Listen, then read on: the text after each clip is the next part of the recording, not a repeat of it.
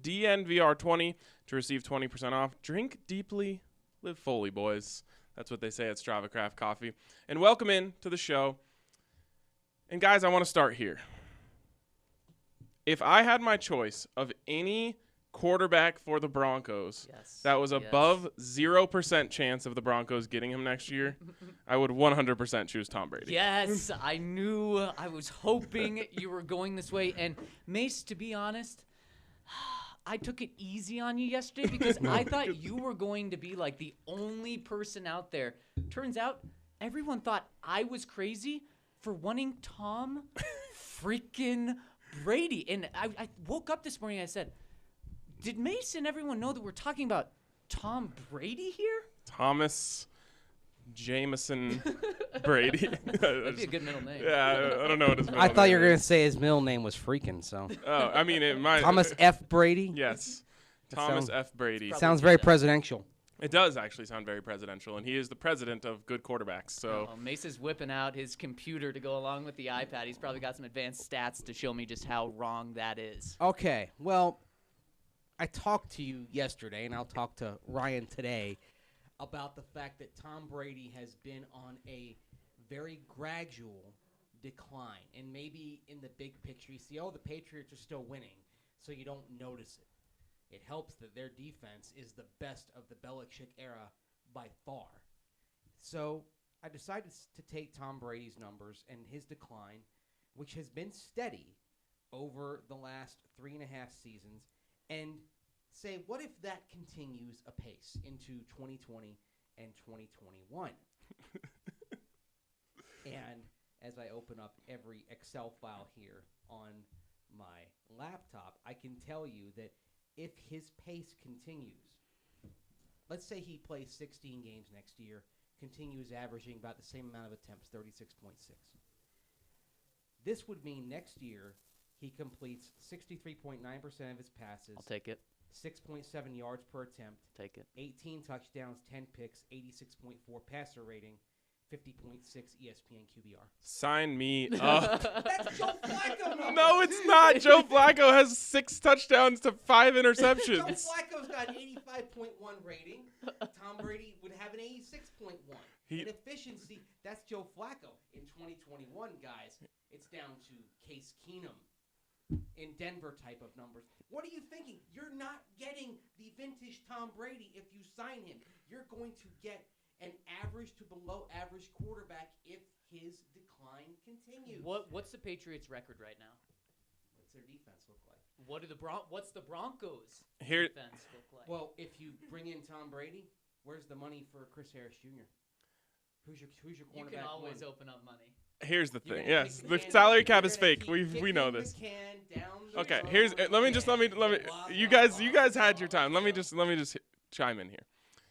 When's the last time the Broncos won the Super Bowl? 2015. And how good was the quarterback that year? Trash, unfortunately. And so why did the Broncos win the Super Bowl? Defense. And Leadership from the quarterback. there you go. Yep. Is he going to be that same kind of leader, that same kind of presence without Bill Belichick, without Josh McDaniels calling the plays? All of a sudden, the greatest quarterback of all time walks into the huddle. You listen. And you're taking him out of the system and scheme that he's known, the coaches that he's known all this time, and then you're going to drop him into the West Coast scheme. Isn't it just a risk that you have to be willing to take? 100%. And here's the thing. I'll take that risk with Drew Brees, who's 2 years younger. Same. With both of them.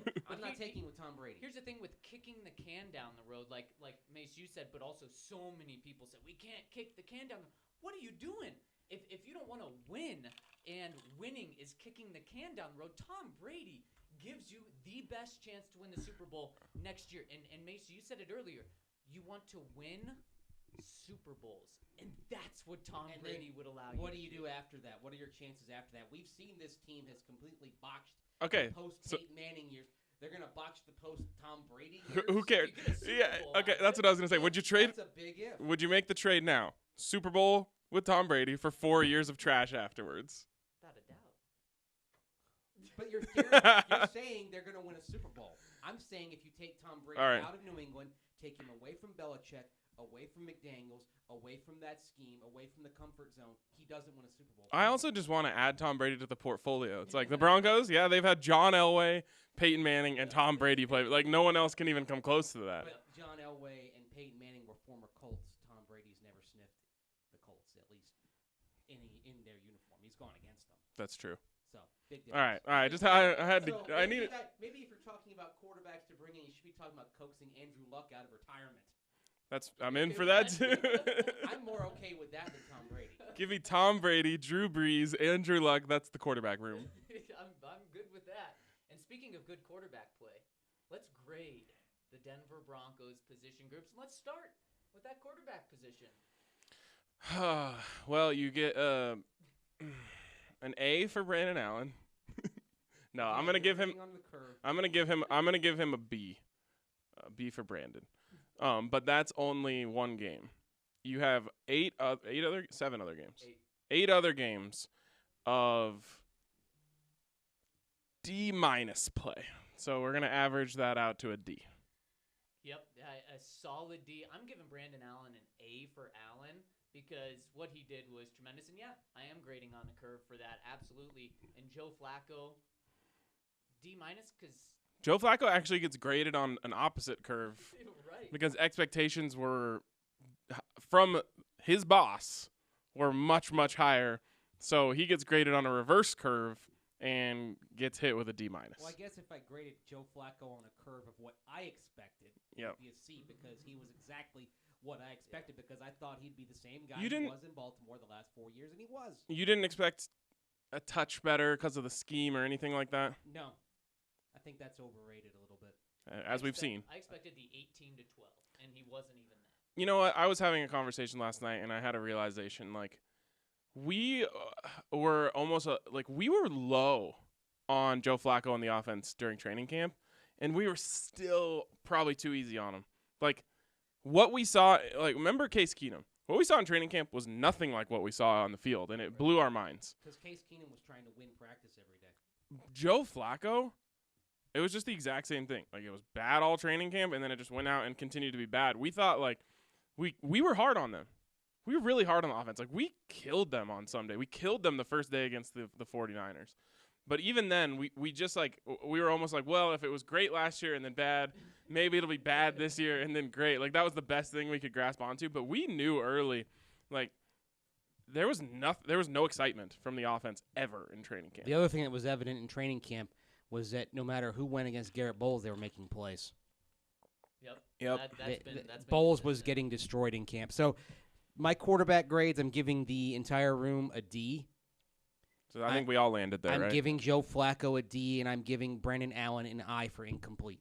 Okay. Not enough data. Okay, fair enough. Ryan, quick question. Speaking of Joe Flacco, do you want to back off the MVP and comeback player of the award right now? I'm thinking comeback player of the year next year, maybe. Okay. That's what John's thinking too. Funny you say that. I don't even remember how that started. Do you? No, but I do remember you said he was going to be comeback player of the year back-to-back years. Yes, I remember I said that as well. Still a chance, maybe. Let's go to some brighter grades, I think. And let's go behind Joe Flacco, running back. Let's throw Andy Janovich in there too. Halfback group. Andy Janovich gets an A. He has been a beast. Yep. His life is an A right now because he also got that contract extension, but he's so much in terms of proficiency for his position. Are there 5-6 players on the roster that are better than Andy Janovich? At their job, no. Holy exactly. cow. He's tremendous. Wow. A for Andy. I thought you were going to say, are there 5 or 6 fullbacks better than him in the league? I was going to be like, there's not even 5. Kyle Juszczyk is hurt. I'm not sure there is a better fullback than Andy Janovich right now. Bowler. Yes. Yeah. And you saw the difference when he came in. He stepped on the field, and all of a sudden they started becoming a good running team again. Yep. Watch that run that Phillip Lindsey had, the touchdown run on Sunday, and watch what he does, and watch what Dalton Reisner does, and even Deontay Spencer. That's what The little guy getting at it, but we'll get to them later, but Andy Janovich gets an A. Little guys can do great things. Deontay Spencer earned himself a bunch more snaps on just that play. If Yeah. you can block, and you're a tiny guy, and you're fast, well, now you can do everything. You just got to be able to catch. We haven't really found out if he can do that yet at a good rate. But the reason why a guy like that wouldn't be on the field is for a few reasons. Can't block, so then it's a dead giveaway. Well, he showed he could block. Can't catch. We don't know. Or doesn't know the playbook. I think he's a smart guy, so he should get more snaps. It could be just the Phillip Lindsey concept of, oh, this guy's small. We can't put him on the field that often. And speaking of Phillip Lindsey, we have to upgrade those guys too. Phillip, I'm going to give him a B+, because I don't feel like he's performing quite as well as he could. Is that because of him, or is that because of limited use? And that's what I was going to say. There's like an asterisk on there. It's not really his fault. He should for sure be getting 15 touches or carries a game. He's not getting that. They're not involving him enough in the passing game. So it's not all his fault, but I still feel like on his 13, he's not at full fill yet. So I'm going to give him a B+. I agree. To give an A, you have to take over you have to take over the season. And that's why I'm going B+, but I really like that grade, though. We didn't want to go individual, but it's really hard to do the groups without going individual. Yeah, okay, fine. So we'll do that. And I'm going to give Phillip Lindsey an A based on what he's doing with the snaps and opportunities that he has. Yeah, it's not his fault. On him. It's not his fault that they're limiting him, so I'm not going to downgrade him because of that. He's 5 yards a carry. I think maybe I'm being too hard on him. And like I said the other day, like if you give him 19 carries, he's right there with Christian McCaffrey, who everyone thinks is the GOAT right now. So maybe he does deserve an A. But I get the whole thing of limiting him because you do want Phillip Lindsey to be a contributor for the entire 16 games, and you want him to be hopefully a stalwart player for you for 8 to 10 years. It's too bad. And that's what this is about, maximizing his long-term effectiveness, and hopefully in the next couple of years we're talking about the Broncos re-signing Phillip Lindsey. I'm personally more about maximizing wins, and because they didn't do that by giving him the ball more in the beginning of the season, they're now at a point where having him for 16 games doesn't matter at all. In fact, I'd say just put him in bubble wrap and say, we'll see you next year, Phil. What about Royce? One is short-term thinking, but now you're going long-term thinking by sticking him in bubble wrap. Right, the games don't matter anymore. Yep. They're playing exhibitions. Yep, shut him down. Yep. Royce, the guy who they should elevate now. So I've never been as low on Royce as I am as we sit here today. I was pretty big on the pick when it happened. I went back and forth with Andre about his ability to be fast. Andre was right. I was wrong. He's not fast. His acceleration is below average, and he rarely does anything spectacular. So it's like you get you're 3 or 4 yards, but the problem is he'll have his 2 or 1 yard carries. Then he goes and gets 20, 30, 40, touchdown. Royce is pretty good at getting that 4 yard carry, but then, as happens to all backs, he gets the 1 or 2 yard carries, and it just makes the overall workload seem unimpressive. Personally, I think they should be looking to upgrade that position going forward. So what's the grade? C-. I was gonna go that route. I'm gonna go C for Royce, and the reason I bump him up just to a C is because he has improved catching the ball out of the backfield. So that's been a positive, but I can't disagree with you. Getting 3 yards per carry is never good. What is his average, Mace? Do you have it there? 4.0 yards per carry, 6.7 yards per reception, and in total, he's got 555 yards from scrimmage. So he's on pace for north of 1,100 yards, so I'm giving him a solid B. Wow. Royce? Yes, in terms of yards from scrimmage. He's on pace for, 374 times 2, so that's 74, 48. So that'd be, 748 yards rushing. He's on pace for 362 yards receiving. Wow. That's maybe I didn't give enough credit for his receiving. Yeah, I got really solid there. I think he has 1 drop. Yeah, so I'm giving Phil an A and Royce a B. I think that's fair. And when you're looking at problems on this team, the running back position isn't one of them. Here's my thing about Royce. Even though, maybe it's just because he's next to Phil and it just makes it hard to see. But I feel like if you did the exact same thing with Theo Riddick, he would be more effective. Right. But he wouldn't run the ball as effectively, perhaps. Because he's strictly a pass catcher right now. It's possible. The lack of explosion is just underwhelming.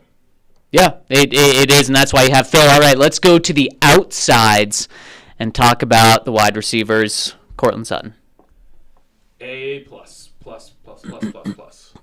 Yeah, I'm going A. My highest grade on the team, probably.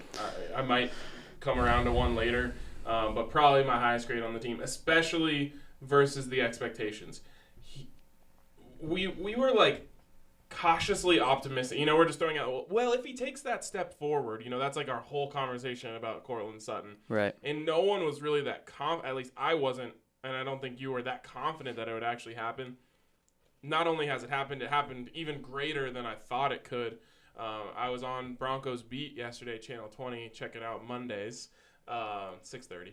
And Cecil Lammey was like steadfast, top 10 receiver in the NFL now. I don't know if I'm quite ready to go there, and I honestly haven't done my research enough to be able to say that. But a bona fide wide receiver 1. And that's impressive. And that's absolutely what he's proved, especially with Brandon Allen. That's when you put a backup in that's playing his first snap, you need the guys around him to step up, and he did. So an A for me.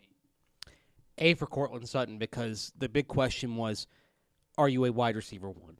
That's what this was all about. And now, the last couple of weeks with Emmanuel Sanders going down, you've seen him make the jump relative to where he was last year when he was the wide receiver 1 after Sanders' injury and the trade of DT. And he's been tremendous, so I got to give him an A. And that's all for the wide receivers, right? They don't have any other ones? That's it. Deshaun Hamilton's probably a D. Yep. At best. Yeah, I mean, what Deontay Spencer. What brings him up from an F? The most notable thing he's done is drop that pass in Oakland, and then he just hasn't been around. I think he had a block somewhere once. Yeah. Yep. What brings him up from an F is, I think, the standard for F we're going to get to at left tackle here in a minute. He's not negatively impacting the team. Right. Consistently negatively impacting the team. Right. Yeah, the drop in Oakland might have cost them a whole win, but is there another receiver we need to talk about? Deontay Spencer. We can get to him in special teams as well. That's a problem. Yeah. That's that we're grading 2 receivers. And honestly, one of them doesn't even. He only is getting a grade because he was drafted. You're grading only 2 receivers because one of your top 3 now plays for the 49ers. So right, but last season we would have been grading Tim Patrick as well. We would have been grading. You know, there was a point last year where you said they just have too many wide receivers. Remember, it was like DT, Emmanuel, Cortland, Deshaun, Tim Patrick, Jordan Taylor. Was like you're like. And Deshaun was injured for a while, and DT got traded. So eventually, you basically turned that room from one where you had a surplus into one where you had a deficit. I mean, it's true. It's Cortland Sutton end list. Yep. Deshaun's only getting a grade because people know his name. But here's the thing. If you found your wide receiver 1, it's easier to then find the complementary receivers. You're going to find out the rest of the season if Tim Patrick can be one of those guys, if Deshaun Hamilton can reverse the trend and be one of those guys. But if you can't find that, then you don't have to take a wide receiver high. It's a great draft for wide receivers. There's a lot of depth there. You can find answers for the questions you have in the 3rd and 4th rounds with that depth of picks that you have now based on the trades that you've made. Now let's move inside where I think we're going to have the exact same conversation. Tight ends, Noah Fant. End list. Exactly. End list. What's the grade? Noah Fant gets a B- for me. It would have been a C last week, but after that, he bumped himself into the B category. And a lot of that is I'm projecting a little bit and saying, okay, maybe he's found his footing. He's going to succeed. And I think Brandon Allen actually helps him, which is so weird because we talked about Joe Flacco being a tight ends guy. He didn't really target the tight ends much. So Noah Fant gets a B for me with I think there's a decent chance by the end of the season we're calling him an A- season. Yeah, for me it's a B. He had a tremendous play. Look what a 75-yard touchdown will do when you catch a routine pass and you break 3 tackles, take it to the house. That does a lot. And then you look at that combined with everything else he's done. He's on pace for a great rookie season, but I can't give him the A because he has struggled, which is expected for a rookie. But I'm not grading him on curve because he's a first-round pick. So a solid B for me. It's a B, and I want to see more from him as a blocker and in space. I'm not talking about being, the inline blocker taking on the outside linebacker. I never want to see him facing a Khalil Mack again, like we saw in week 2. But there was an opportunity to get Cortland Sutton some more yards on a play last week in the 4th quarter, and he didn't exactly finish the block as you would hope he would. So he's got to become a little more aware there. But as a pass catcher, he's on pace for one of the better rookie seasons that we've seen in the course of NFL history. The first season with 40 catches, 500-plus yards, 13 yards per catch for a rookie since Rob Gronkowski if he maintains that pace. With Noah, you just got to stay away from the arc. Wow. The other thing with Noah Fant, I think it's in 2/3 of the games this year he's had at least one catch of 15 or more yards. So he's making a key play, an explosive play, almost every time he goes out there. Here's an idea. Target him in the red zone. Novel Well, idea. you don't have to target him in the red zone if you don't have to make any plays in the red zone, kind of like Because last you threw it week. to Cortland Sutton when you crossed the 35. Yes, or the 40. All right, let's go even deeper inside, and this is going to be... So You don't want to grade Jeff Hireman? I mean, he is don't want to, technically no. a first-teamer. I don't want to. I got to say C- for Jeff Oh my Hireman. He's God, just been that's invisible. generous. He's had some good blocks. Okay. That's why I'm giving it to him the C-. So as a room, we're giving them a C. Yeah. Which is what they did. Yes. Yep. All right, inside. Let's go right to left. Oh, okay. I see what you did there. You're saying, do we want to start with the good part, the bad part? I don't even know if what are we starting at right tackle? Juwan James gets an I, not for incomplete, but for injured. Yeah, right, exactly. He's played a whopping 32 32. snaps. 32. And on top, it's got to be an F because his coaches have called him out publicly, just time after time saying, yeah, he's ready. He's medically cleared. But I guess Vic has taken a little bit of heat off saying, we want to make sure he's ready too. But it just seems like he's ready to go and just keeps pushing it back. What I think is How can interesting on that side of the line is that you have Juwan James, who maybe could have been back but hasn't been back very much. And then you have Ron Leary, who's come back from all manner of injuries and is playing through pain, and he's going out there, and he's been in all 9 games so far. Yep. And he's no longer the most penalized player on the line. And so I guess that brings us to Ron Leary.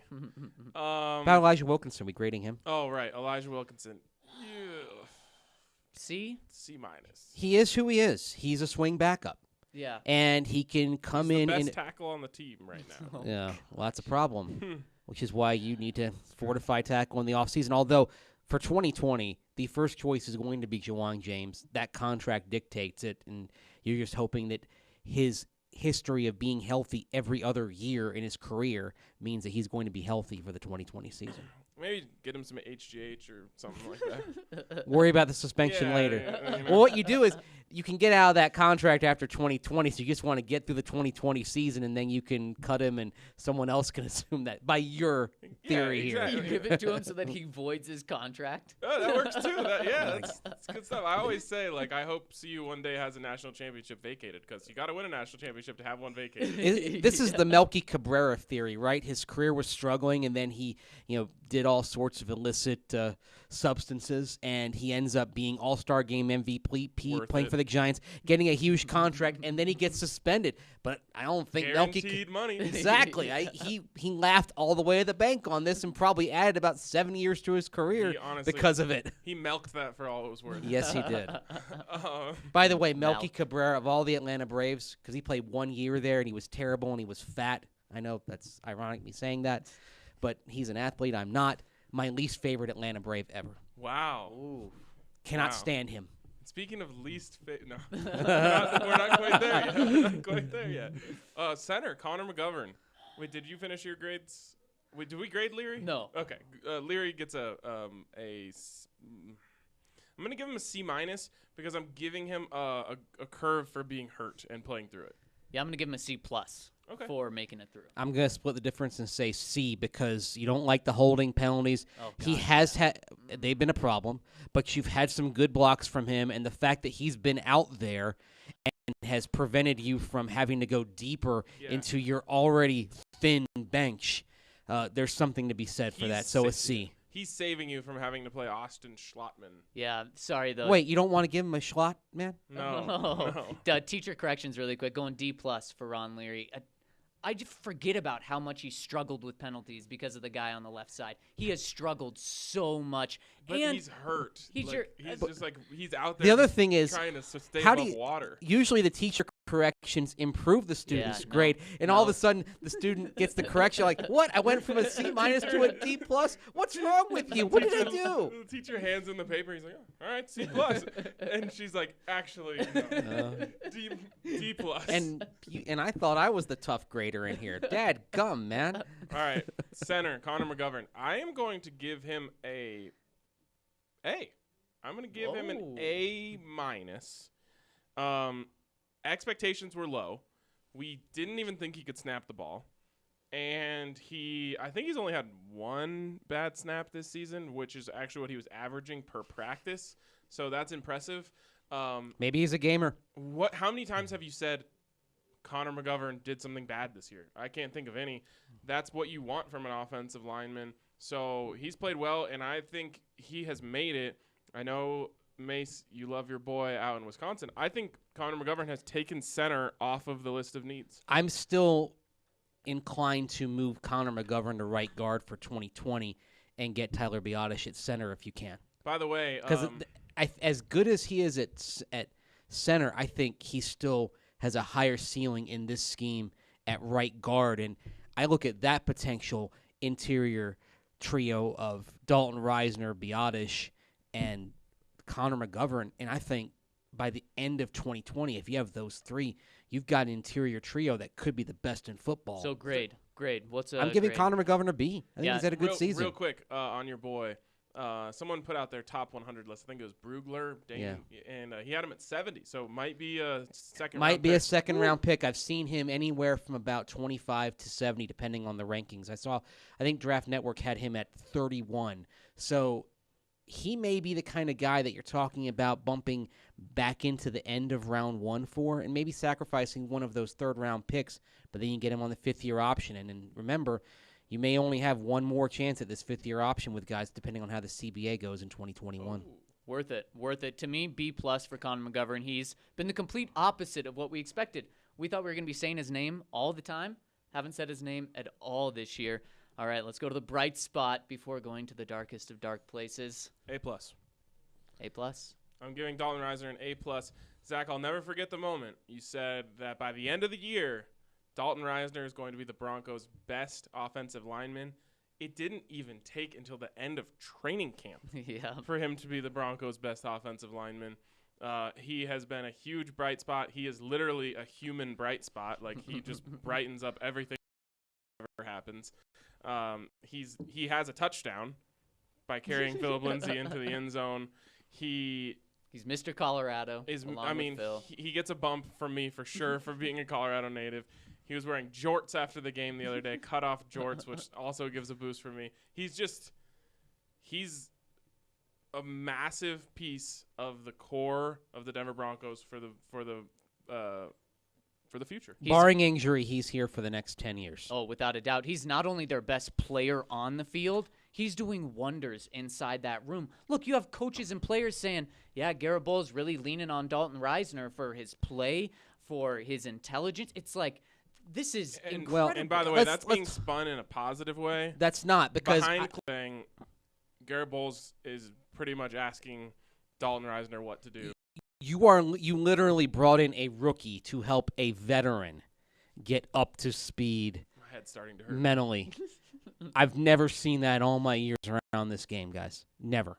And that's just where Garrett Bowles is. We're going to get to Garrett Bowles in a second. I wish that Dalton Risner would be to Garrett Bowles as Joe Flacco is to Drew Lock. Like he pulls the look, I'm not here to help this guy out, all right? That's not my job. I'm just trying to block guys. I'm just imagining what Dalton Risner can do with a solid to good left tackle. Whether it's somebody you take early in the draft if you don't have to look at other positions there with a likely top 10 pick, or if you're going in free agency, you bring in an Anthony Costanzo, for example, what he could do with someone like that next to him. Yep. Man, I mean, the left flank could be one of the best in football. So Mace, is he Tristan Wirfs or one of those guys? Like, if he can help Garrett Bowles, how much is he going to help a guy who can actually play and is coming in as a rookie? Mace, is he getting 3 A+? I don't really give A pluses. I'm giving him an A. Oh, you are the stingy teacher. You are the stingy grader. Yep. All right, let's do it. Move to the left. Actually, you know what? I have 1 A plus, but it's coming on defense. Okay. Left tackle. Well, I'm giving him a G. Because it's lower than F? And G for Garrett, and it's 1 lower than. I mean, we thought, the Munchak bump. We thought the third-year bump. I mean, we came up with any possible way to say this guy is going to play better this year. And I almost lost it before the podcast because Mace pointed out he's already matched his career high in holds. We are halfway through the season. He's been a colossal failure in any way you want to look at it, and the lows have gotten lower, the highs haven't gotten higher. Have you noticed that he's worse at home than on the road too? Because he's probably just waiting to hear the boos. Exactly. There's a home field disadvantage. I've talked about this with Atlanta sports. I'll talk about with Garrett Bowles. Something goes wrong, it gets in your head. And the visceral reaction of Broncos fans, understandable at this point, when they hear number 72 is to boo. I'm trying to think of any player who got more consistent boos. You're booing him like you boo Phillip Rivers. You're booing him like an opponent. Yeah, like at the Nuggets games, when they want the crowd to boo, they put a picture of Tom Brady up on the screen. Yeah. Honestly, they would get loud. They would be louder if they put. Remember that era when when Kobe Bryant came in, every time he touched the ball, he got booed after his incident up in the mountains. Yep. I'm going an H for Garrett Bowles, not only for holding, but it's 2 less than an F, 1 less than a G, and boy. Guys, not only has he already matched his career high in holding or surpassed that, he leads his 10 holding penalties, leads the league in any penalties for any player. Like he has more holdings than any other player has anything. Exactly. All Then combined. penalties, and then you just toss in an extra false start that he has in there. This is colossally bad. I remember through the first 2 or 3 games of the season, he was on pace for 40 penalties. That would have set records like crazy. And, you say that and joking because it's not going to happen. He's on pace for 20 penalties. That is insane because we're 9 games through the season now. So that's realistic that he hits 20. Well, I'm trying to think where I go because you guys went G and H, and I'm going to go I, as in I can't watch this guy anymore. I want to see somebody else. How bad can Jake Rogers be? I'm normally the person that says that's the worst sentence in sports. I'm willing to see it. Yeah. Yeah, and if Jawang James can get healthy, get Elijah Wilkinson over to left tackle. Let's just end this. It's sunk cost at this point. You have half a season left. I can say with Jake Rogers would get as many penalties. Well, I don't think he gets as many penalties, and I don't think you'd have any more chance of getting your quarterback killed because Garrett Bowles nearly did that on the pass to Noah Fant. Yeah, like sometimes when things are so bad, you say like all the good things are happening in spite of this person. Like the Broncos scored a 75-yard touchdown, maybe the best play of the season, and it was literally in spite of Garrett Bowles, who the TV camera had an incredible view where he's just watching. Who was it?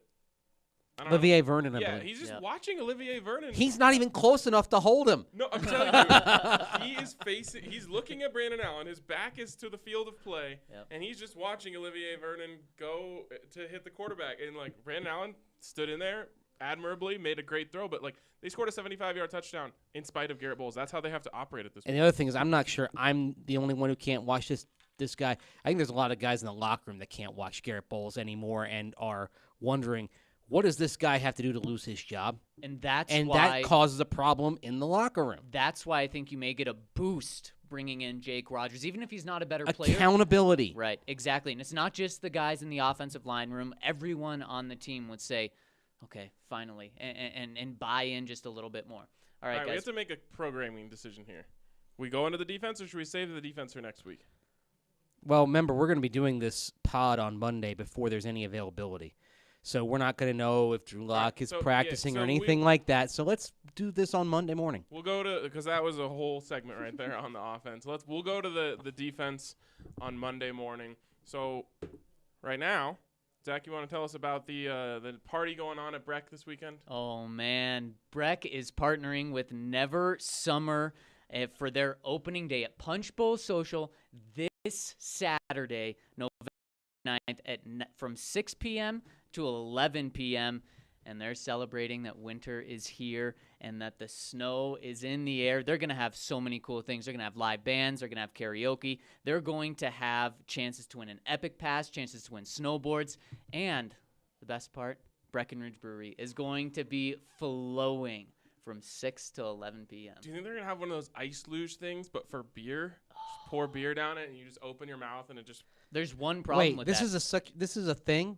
You never had an ice luge shot? No. Yeah. Come on, Mace. No, I haven't. This probably came into being after I went through college. Basically, there's a giant block of ice. It's with like a it's huge. with like a luge that's like this big. See, You I'm just put your thinking. mouth at the bottom of it. They pour a shot down it. By the time it gets to you, it's nice and chilled. I'm thinking of it as Dr. Evil. Luge lessons. You gotta say it like that. Summers in Rangoon. Luge lessons. The problem with I would a do that, beer though. luge is I do a just people cider just- luge. People just would never leave. True. Or the other problem is you might choke to death trying to just drink it as it comes down. Is the this luge. like the next step beyond the funnel? Beyond the. Maybe they could beyond make the a beer bong? flabongo out of ice. Oh wow, that'd be cold on the hands. Yeah, you get some. Frosty You on the hold it with mouth. like Hulk hands, Breck Hulk hands. I said this on TDSP yesterday. It didn't play very well, but I'm gonna test it out here. Shouldn't they call it Snopening Day Party? Oh yeah, I See, think they this should. Is why I keep Zach around. He likes my jokes. And the other thing you got to do before you head down to the Never Summer opening party is hit up the Green Solution. They have 17 Colorado locations and an express checkout to get you in and out as fast as possible. I just got a call. Get on your phone right now. Go to mygreensolution.com. Order your flour, your concentrates, your edibles, and topicals online. Head to the closest Green Solution for pickup. Use code DNVR20 for 20% off your entire purchase. It's a pretty good day you got set up there, I'm just going to say.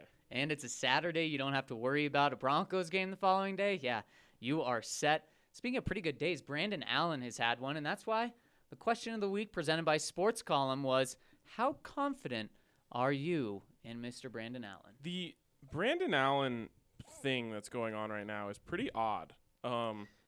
There's like a lot of people who are it's actually so Drew Lock almost got like Paxton Lynch treatment of like people really wanting to like hold themselves back. Well, Brandon Allen is now getting the Trevor Siemian treatment. Yep.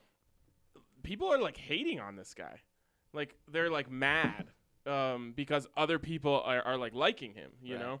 It's like we had our like fun debate about Magnificent, but there's people who are like really fired up about this, and they're like, no, he can't be good. So I'm interested to see what the results are here because there's already like an anti-Brandon Allen camp. I think it just depends how deeply you look into that game. You look on the surface, you see, 24-19, a couple of touchdown passes, and it feels good. Feels magnificent. But then you look closer. You look at some of the jittery moments he had in the pocket. You look at the placement on some of the throws. I mean, he missed some guys, and he got bailed out by Noah Fant once. He got bailed out by Cortland Sutton once. So Sounds like a guy making his first career start. Right. Exactly. I think this maybe is just a glass is half full, glass is half empty type thing. All I want from the fan base is just give the guy a chance. There's no harm in just saying, let's see what he does next week. Right, and Mace, I think this response is kind of exactly what you were saying about being half full, half empty. Coming in from Dom, he says, okay, but I'd rather see this guy. And it is just a very dope gif of Drew Lock looking dope as can be. There's so many dope gifs of Drew Lock. You can't not be dope if there's that. Like Paxton Lynch had one gif, and it was the worst thing ever. Do you want to reenact it for us since we're on camera right No, now? I'm not. Don't doing this. reenact You that. want to? Which one, the Drew Lock or the Paxton Lynch? Paxton Lynch. Hell no. Let's go to this. A Oh, similar man, I sentiment. really want to see Mace dad. No. Similar sentiment from Ryan Clayman. 65%, but I still want to see Drew Lock play. Yep. Anna says, I'm confident he's a nice guy and maybe a viable backup. Alan Baird says, you aren't an electrician, but you are doing something electrical. Wow, this is tough. And you think you turned off the right breaker, but you walk back into the room, lights off, but still think as soon as you touch the wires, you might die. That's how I feel about Brandon. Let me tell you this. If you have an experience like that, just call Piper Electric. There you go. Texas Broncos, 7.3% Noah Fant and Cortland Sutton inflated his numbers like a Macy's Thanksgiving balloon with the dropped batted ball and Sutton's touchdown. He could have very easily been 1 touchdown, 2 picks. And John Elway, if he didn't sign Peyton Manning, would be a terrible GM. Next one coming in from Ripple Stillskin. Certainly more confident in him than Flacco. Allen is good and likable, but he will leave us wanting for more elite athleticism. It's time to see what Drew Lock has. I'm going to mess this up, but if anyone's going to mess it up, I want it to be me. From Sanjivan? Boom. Sanjivan. Sanjivan. Oh, yeah, you probably got to get the French? the E That sound. French? in Yeah, there. because it's 2 E's there. I think Yeah, that's Jivan. Sanjivan. Sorry if we messed that up. Not confident. Browns are a mess of a team. It's no surprise he did decent about them. With tape on him, there's no way he's going to put up some of these numbers against Minnesota and Buffalo. Hashtag free Drew Lock. There's just no telling until we see it. That's my take. There's no telling, but the likelihood, There's no telling. the whether most to see it. likely outcome of the next 2 games, guys, is that reality is going to slap him like a snowball across the face, which you might get in Buffalo, by the way, because they will throw snowballs and ice balls from the stands. They also throw dildos. That's a real thing. Yes, it is. But only against the Patriots, right? No. They did it against somebody else? They did it against the Broncos last time they were there. And Shane Oh. Ray was like really interested in it. He was like, I watched a whole thing about they're called the Dildo Bros. Oh. Watch out when you get into the end zone. Oh, man. From Rachel Blackford. He could be a good backup to, quote, the guy. All right, Mace, what are you gonna do if he has over 100 passer rating against the Minnesota Vikings? I'm going to say, okay, you probably got to keep him out there.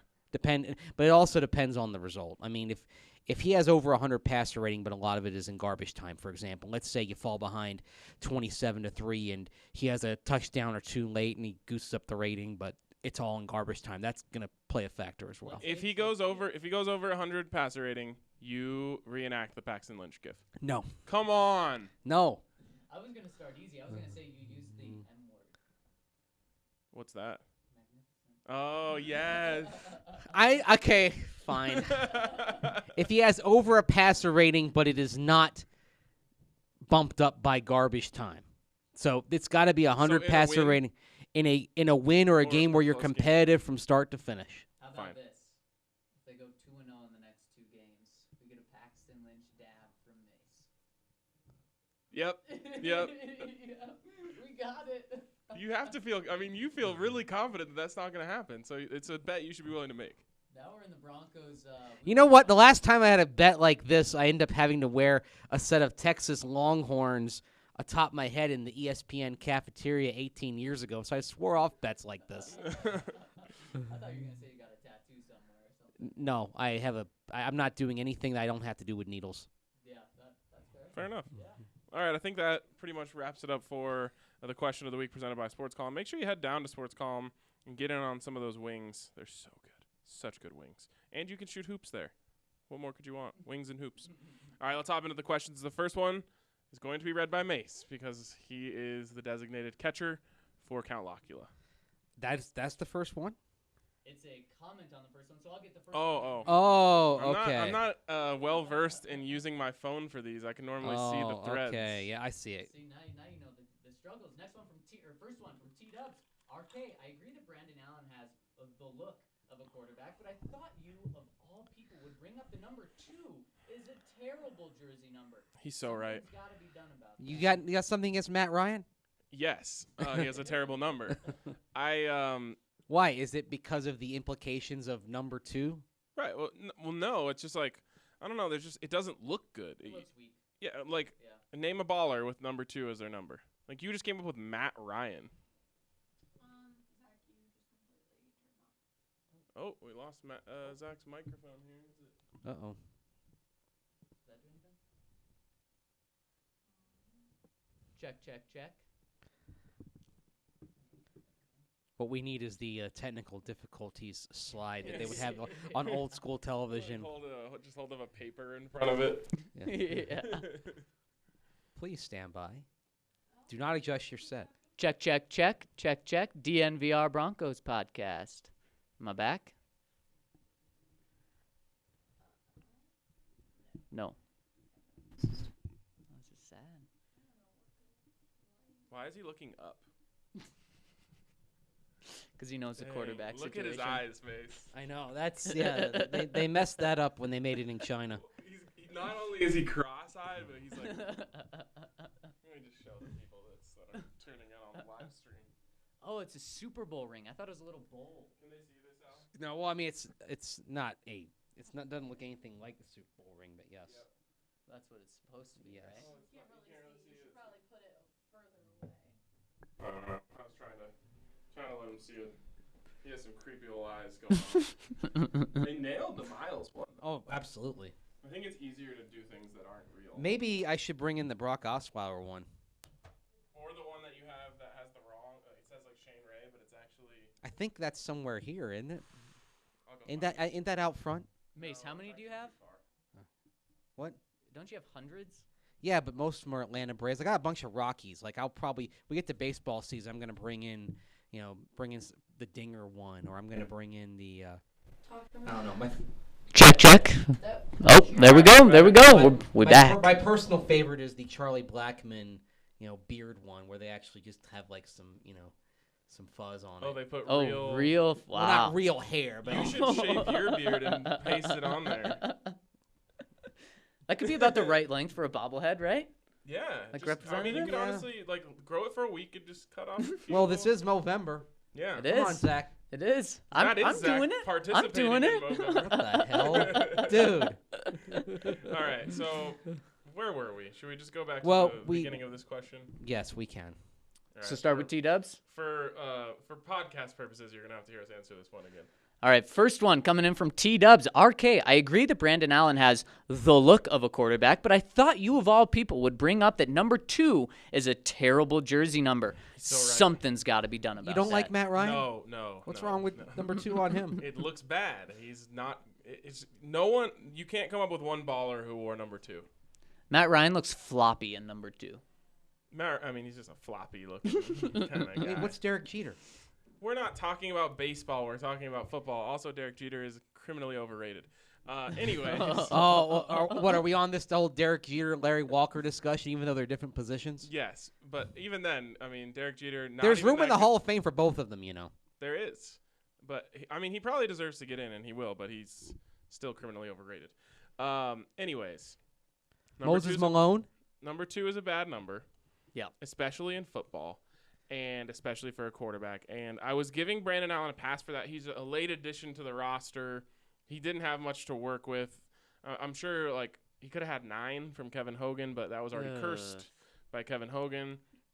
So I'm giving him a little bit of a pass here because it's like a preseason third-string quarterback number, which is what he was. It's also a kicker number. Yep. Are you at the point of asking John to give him number 7?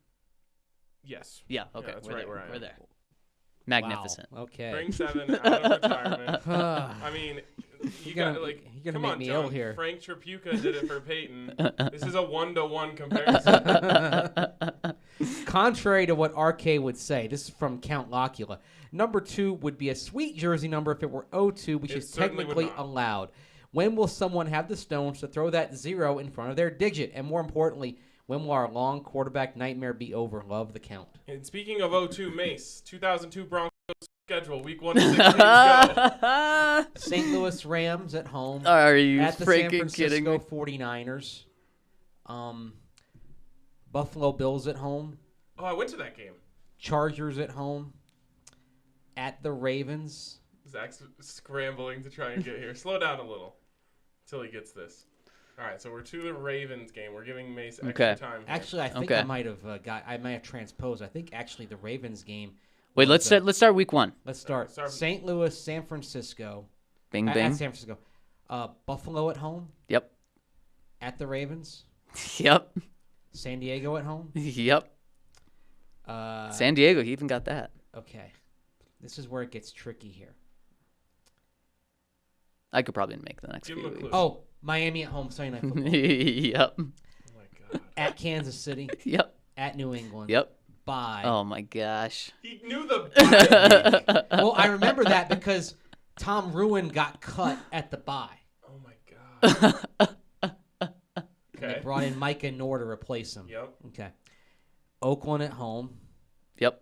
Shannon Sharp got hurt. Bill Romanesque kind of drove him into the ground. Oh, I remember that. Mm. Is that Monday Night Football? Yes, got blasted. Hey, It was see, like 34 I to know 10. Seattle on the road. Yep. Indianapolis at home Sunday Night Football. Yep. What week are we in? We're week 13. He's going on week 13. At San Diego. Yep. Ooh, this is where it gets tricky. Week 14. Stumped the You maze. could work backwards. At the Jets. Yep. Chiefs at home. Yep. Home stretch. At the Raiders. Yep. Oh, Unbelievable. This is a. Please tell the listeners that I'm sorry that you guys yell so much. sorry, Allie is freaking out over there. But, I mean, how can we not get excited over that? We're gonna have to do this every day. Just pick a random schedule. But He's how gonna start studying for it. how far can we go back? 02 is where I'm really good on. 02 and beyond because that's when I first came here. Okay. So you get back before 02, it gets really dicey. All right, we'll Like I we'll could, stay. We'll keep I it could within. tell you Tampa Bay from like Oh my gosh. 82 to 01 like that, but I remember I saw this like 60 Minutes thing once about this guy who could tell you like everything he did on any given day in his life, and I feel like you're pretty close to that. Like he could even tell you like the score of the Yankees game, who was the starting pitcher, like it was crazy. I couldn't get to that level. And but, it wasn't based on like right. the season. They'd be like May 2nd, 1973, and he'd be like, okay, I woke up. I had coffee. We actually ran out of milk that day. I'm not at that level. I am nowhere close to that level. But football game days do tend to jump out. I mean, I can tell you, I probably have a distinct single memory, like a visual or whatever, from every football game I've been to. And by the way, guys, the Minnesota game will be the 500th NFL game I've ever gone to in Oh person. man, that's Wow, that Give it a is round of too applause for cool. that. 500. Wow. That just blows my mind that I've spent that many days at NFL games, either as a fan or since 1999 professional. All right, I want a story from each and every one of those That's- games. That could be a podcast series alone. The Mace 500, although we'll keep adding to it over the time. Like just one podcast on every game. Well, let's talk about the Bucs-Bengals preseason game, 1987. Well, that was the game where Vinny Testaverde made his professional debut, nearly brought the Bucs back from a 3-touchdown deficit. They lost by 1 point because they missed a PAT on one of the touchdowns in the fourth quarter. Wow. Ryan, I got to test your memory really quick. What was the score of the Broncos game on Sunday? 419. Okay. Look at you. Yeah, I pretty much call you Mace now. I am. Yeah. What was the score Oh, of God. the Green Bay game week 3? Oh my God. Ask him Buffs. Yeah, I'll do much better on Well, that. it tells you what's in your heart. You know the Oh, Buffs. Green Bay. Yeah, 27. Okay. Halfway there. Go. 27-13. 16. Close though. Close. I was too easy on him. All right, let's move on here to Love Thunder Down Under. Is Yep. that the next one? Yes. Continuation of the line of questioning from yesterday. Is it the right decision to trade major draft capital for a quarterback when you have Drew Lock? The trade needs to be assessed on the difference between the unknown of Drew and the unknown of Joe Burrow or other. In quant terms, is that a real thing? Yeah, I think it's like high-level math. Yeah. Okay. You're trading for the delta, and your trade value is based on how different the prospects are and your level of surety. I don't know if that's actually a word. That your perceived delta becomes reality. The argument is not does Joe look like a better prospect than Drew, but is the perceived difference worth the extreme value you have to give up. You worry about dead money on the cap. What about when you miss on the quarterback you traded up to get? What does that do to your ability to put bullets in the gun? Your decision seems to be on the line of you trade up and get the guy. The guy is too often not the guy. For every Mahomes, there are 100 Trubiskys. I'm putting in a request for a future pod. Argue out, debate style. What's the right choice? Backing your uncertainty of Drew and using your picks elsewhere. We're going all in on a trade up to get the guy. And this part I don't understand. Zach versus Mace. RK can take score. I'm This happy is you're with based us, on RK. Yesterday, Scorekeeper. That's why. It was part of our debate yesterday because I suggested that I'd be willing to trade 3 future ones to move up and get Joe Burrow. And I didn't disagree. If he's the guy. He's saying it for Joe Burrow. I'm just saying if he's the guy. No, if he's your guy. So like Mace, he's Mace's guy. go- If that's if you- John's guy too. If you believe so much in that guy, part of it is it's the nature of the quarterback position. Another thing to consider is that let's say you do have a quote-unquote competition. What if you have a surplus, what can you get in trade value for the surplus? That comes into play as well. The ideal situation, if you go, let's say you hypothetically move up and get Joe Burrow. Joe Burrow and Drew Lock both look good next summer, but Burrow wins the job, but you can at least get back your initial draft investment in Drew Lock. If the Broncos draft Joe Burrow, and they don't instantly come out and say we're going to change the offense and use it to his strengths, I'm going to smash my head into a wall. But they're not doing it for they may not do it for Drew Lock, and Drew Lock's strengths are shotgun spread. So here's a question in this debate that we had yesterday. Absolutely, by the way, you're right. But they've already done it. Yeah, they're down the road. They're not going back unless they make more massive changes, which you're not going to see unless they lose 7 games in a row here to close this out. And they're not going to. Their defense is too good. They've already wasted enough of Drew Lock's time trying to teach him to do 15-word play calls. Ryan, if the Broncos draft a quarterback in the top 5, because that's where I think you need to be to get Joe Burrow, or a top guy, should Drew Lock be on the roster next year? It depends on what the trade value would be, but I'd say yes, because you should make them battle it out. Nope. That's what Mace thinks too. I don't think so at all. And the reason is, if you're using a top 5 pick on him, he's the guy. And Mace, I'm using the quote unquote competition as part of learning what these guys are under pressure. Here's what's going to happen. It's educational if you use it right. They're going to be at 6, and they're going to have 0 mock drafts where Joe Burrow falls to them. And then he's going to fall to them, and they're just going to say, I mean, we didn't do any research. We didn't even talk to him at the combine. You know when we Mr. Krabs memed our way into this pick. Here's the thing. I think back on that. Oh, there were no mock drafts that had Bradley Chubb falling to us. You're doing your mock drafts wrong if you had none of them with Bradley Chubb falling to 5. How many different combinations of 1 through 5 are there? Let's see. 1, 2. What would be? Let's see. He's doing the delta right now. Well, no, because let's say not all players are possible picks. You know, right. The top 10 are the possible top 5 or something. Well, it would basically be exponential, right? Because you have 1 possibility with 1. You have 2 possibilities. Shouldn't there be a program that you just press a button and it gives you all the possible combinations, and then you just spend your time going through what you would do in all those things? Well, I mean, just take let's say you have 3. 1, 2, 3. 1, 3, 2. 2, 3, 1, 2, 1, 3. 3, 1, 7. 3, 1, 2, 3, 2, 1. So you have 3, then you have 6 combinations, right? For 3, and then you add 4 into that. I mean, I'd have to. Okay. Anyway, I don't know what top of my head. I have to figure it out. They should have gone over every possible scenario because there's not that many actual logical scenarios that could have been used 1 through 5. What I want to happen is the Broncos have the number 1 pick, and John says, "We had no idea this guy was going to fall to us." 5-digit combinations. Let's see here. Do you guys need more questions? Or? No, we don't. I want math. That's why I tuned into this podcast. So 120. Okay, that is and there's not actually a real 120. Right. Like, you could have eliminated a few. Basically, you could have eliminated anything that didn't have Baker Mayfield number 1 based on the indications you were getting from Cleveland and John Dorsey. At least in the last few days. Like, you should have got, the point is your job is to cover everything. Yep. Your job is to know what you would do in any scenario, especially when you're at 5. When you're at 20, anything can happen. Yep. So maybe you do, okay, well, we will eliminate this many. But you're at 5. Every scenario should have gone through your mind. You taking scorekeeper?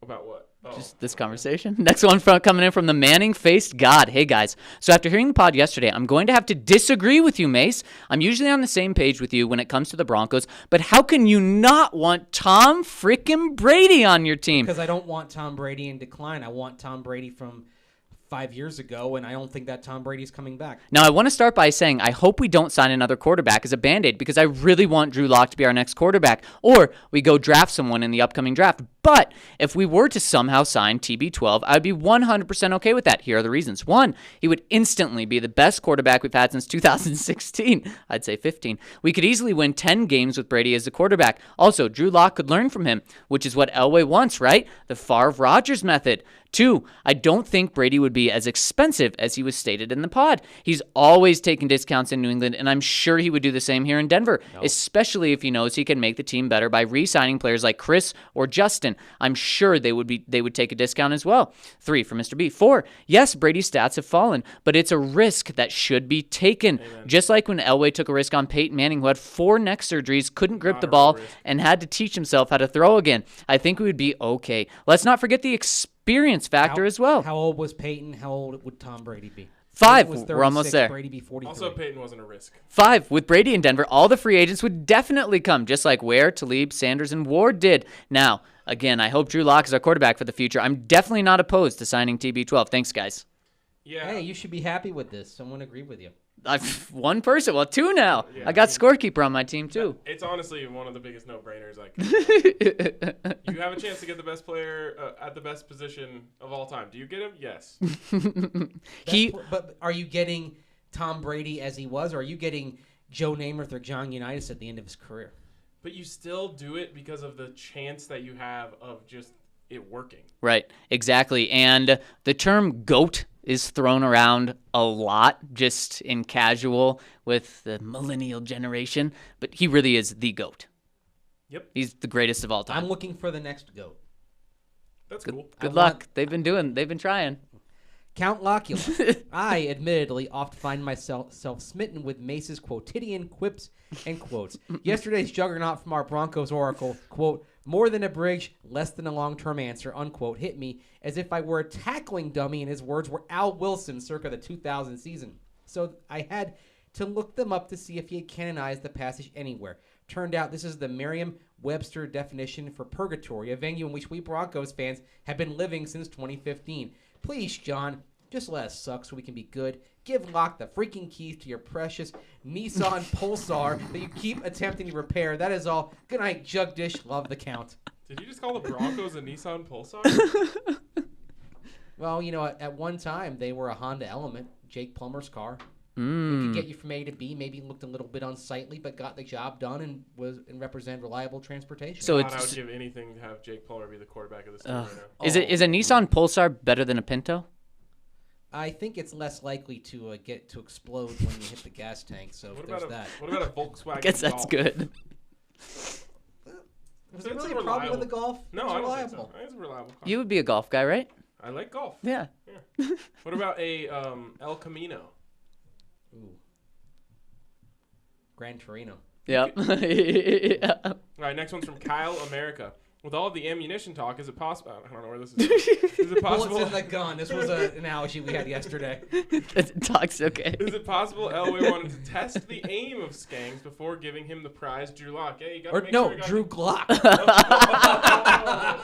Oh, there we go. Wow. That's good. That is good. I can't believe I missed that. Drew Clock. Well done. Is it possible that he wanted to make sure that Skangs wouldn't ruin him? No, I think that whole point was to put them together. Yeah. Yeah. But a good pun anyway. It was. Next one coming from Mahomes list. Hey guys, I know the consensus draft pick for this year would either be quarterback or offensive line. I was just curious what you guys would think if we drafted a cornerback instead. If we don't re-sign Chris, we don't have a true number one corner on the team. But around our current draft spot, I think we have a really good chance of snagging Jeff Okunda from Ohio State. Okuda, thank you. Okuda Matata. He has had comparisons to Ramsey, Pat Pete, etc., as it just seems like a perfect transition for him to come in and take the number one spot. Would you guys take the risk of passing up on a potential player like that, or do y'all still have faith in some of the younger guys?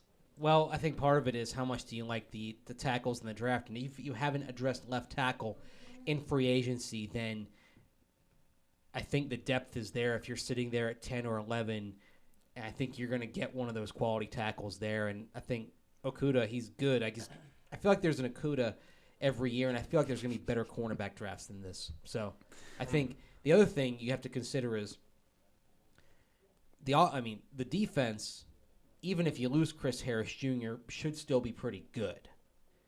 The O-line, if you can't fix left tackle, it's going to remain a disaster. Very true. Okuda, Matata, Yeah. Okuda. And I don't like picking for knee, but I look at Okuda and I look at Tristan Wirfs and, okay, who's the better player? I'm going with Wirfs. Yeah, for sure. All right, next one. You got that one, Mace? Yeah, sure. Iceman. Hey, boys. A tad depressed today, and the pod helped a lot as always. Thank you to missing RK and also hoping it turns out 27-24 Allen over Cousins. Go Broncos. Well, thank you. We're glad that we helped you through your day there, Iceman. Really appreciate We it. love you, Iceman, and yep, Ryan's back, so brighten your day even better. From SandMonkey27, good day, gents. Got some housekeeping things to catch up on during the bye. One, A.J. Johnson is a beast, and I'm hopefully getting his jersey this offseason. He is a stock worth buying. Should the Broncos try to extend him as soon as possible, or is his value too high right now? I think you can wait a year. Okay. Two, what happened to T.J. Ward in Denver? Was there anything behind the scenes? No, they Patriots him. Yep. They got rid did. of him before And he it was right. bottomed out. And it was Justin Simmons' time. Yeah, and if you watch T.J. Ward when he went to Tampa Bay, he didn't look like he had anything left in the tank down there. Yep. 3 for Mr. B. 4, honeycomb cereal is some of the best around. It is good. It's underrated. It is, but it's missing something from a texture standpoint. It doesn't. I don't know. I'm looking for more there. I mean, I'm not Never saying had it's in the category of Fruit Loops or Frosted Flakes or Add it to the Captain list, Crunch Zach. or Peanut Butter Crunch, but it's not bad. I mean, I'd call honeycomb a second-tier cereal. I still have a Hot Pocket in my freezer for when we got them for Zach, and he ate one of the 2. And we have company in town this weekend, and I'm just like, man, I hope no one looks in the freezer. And sees Hot Pockets in here. They're just going to judge us. I thought you were going to take the opposite route and offer it to them. Oh, that's a good, yes. Maybe just like get the elephant out of the room before they can judge me for it. Well, we have to do more on-camera pods as we get to the off-season, and then we can actually eat Hot Pockets on camera. Yes, Zach can do it again. We'll eat a lot of things on camera in the off season. Well, the best part is if we do it over in my office in Wash Park, I've got a kitchen just down the hall from my office in the basement, so we can just microwave it right there, bring it over, Look at that. bring it there, and eat it. That's a slight flex from May sharing that he lives in Wash Park. Sorry. 5, Philly fans are pretty bad. As a Phillies fan and a Flyers fan, I have some authority to say this. We're laughing because the resident Philly fan in our office, Allie, has just come in Look at this this. afternoon. Look at this. It is afternoon. I thought I would. I saw you guys still have like 10, 15 more questions left. We so do. another Beer? You are too nice. Thank I'm you. good, thanks. Thank you. Mace has been drinking beer all morning already. Which one? The peach or the lager? This is They're both perfect. Pretty good. I'll go Lager. Breck Lager. Let me just give the people the sounds Shit, of is an this the- early weekend. Boom. It's Thursday. To everyone on the live, I am sorry for their levels. They love to scream. We're happy. How can we not be happy? And we're enthusiastic. I think we should Mace. sit there. That's what people were saying. They were like, no worries, just glad I didn't have any headphones on. The people next door in my other office may care, but I don't. Love that they're happy. But still, I'm very sorry.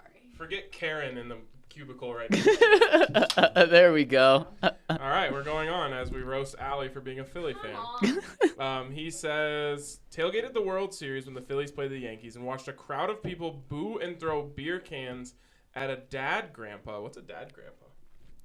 I don't know. And a dad and a Don't- grandpa. but don't you I don't. have If you're a to be grandpa- dad to be a grandpa? It's a missing comma, because he says a dad. He means to say a dad, comma, grandpa, and kid going to the game. So it's 3 generations. I know a lot of people wish See they could nothing be. wrong with this behavior. A lot of people wish they could be grandpas without being dads.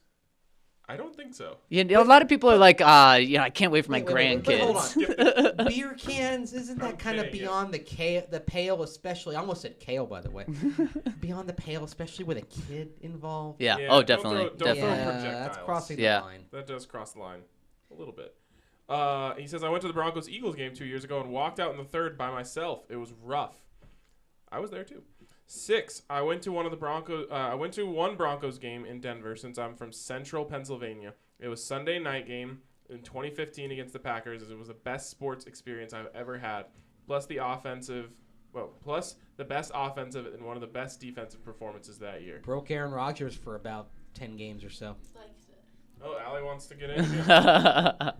It's not just Eagles fans. Broncos fans can be that way. I went to the Eagles-Broncos game at Mile High 5 years ago now. 2013, Chip Kelly was 2013. just barely into the job. And the Broncos Broncos waxed that. destroyed the Eagles. I was in the 500 section, and I was wearing a green shirt, not even an Eagle shirt, and I was getting booed at, things thrown at me. They were beating the Eagles like 50-20, and they were still freaking out. So it's not just Eagles fans. All NFL fans can be that way. Honestly, maybe Have Bronco fans ever booed Santa Claus, though?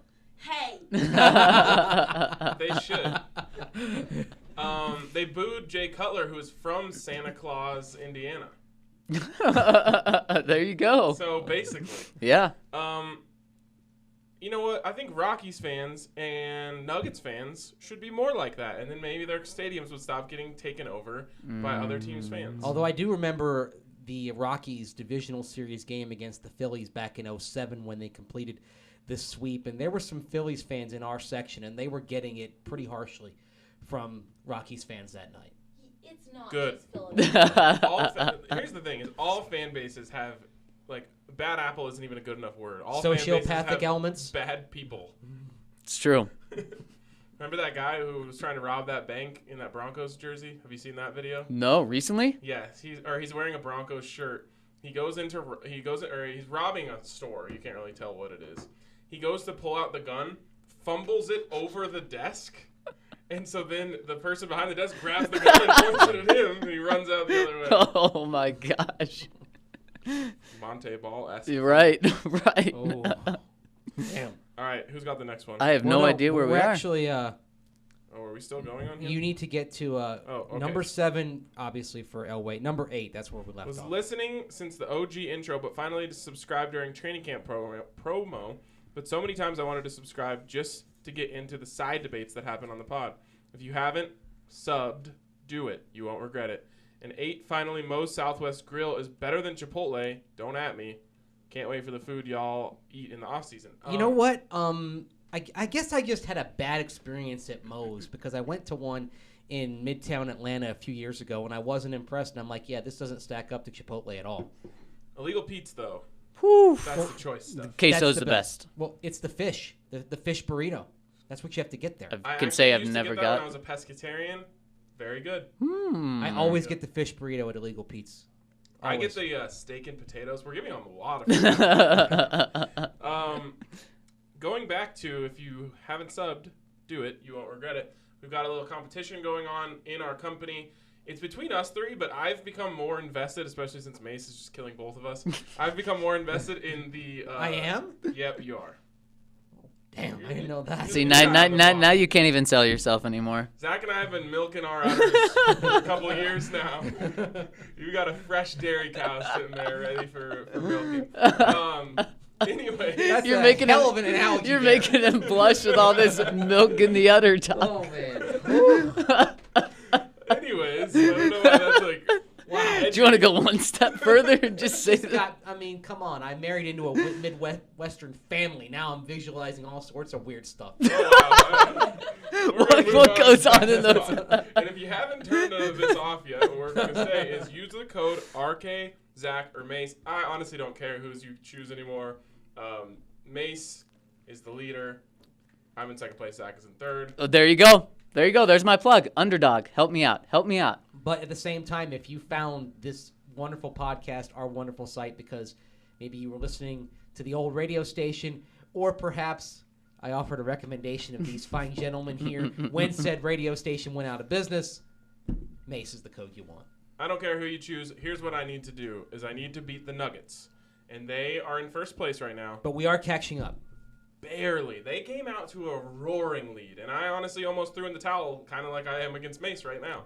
But no, you guys came through, and we are right behind them. This is about the primacy of Broncos country in the Denver sports sphere. Because the Broncos, if with 2 consecutive losing seasons, likely on their way to a 3rd, win this competition, in spite of the Nuggets and Avalanche being on the rise, getting all the buzz in the community, then this says that this is a Broncos town now and forever. There you go. So go use code RKZach or Mace ZAC. and help us win this thing. All right, next one comes in from Orange Crush. Who wants it? Hello, guys. New subscriber, longtime Broncos fan from Sydney, Australia. Welcome on board. Got into the Denver Broncos when I was about 8, playing Madden video games and being a massive supporter of the Brisbane Broncos, a rugby club league. I'm now 29 and recently lived out my dream to see the Broncos live in 2017.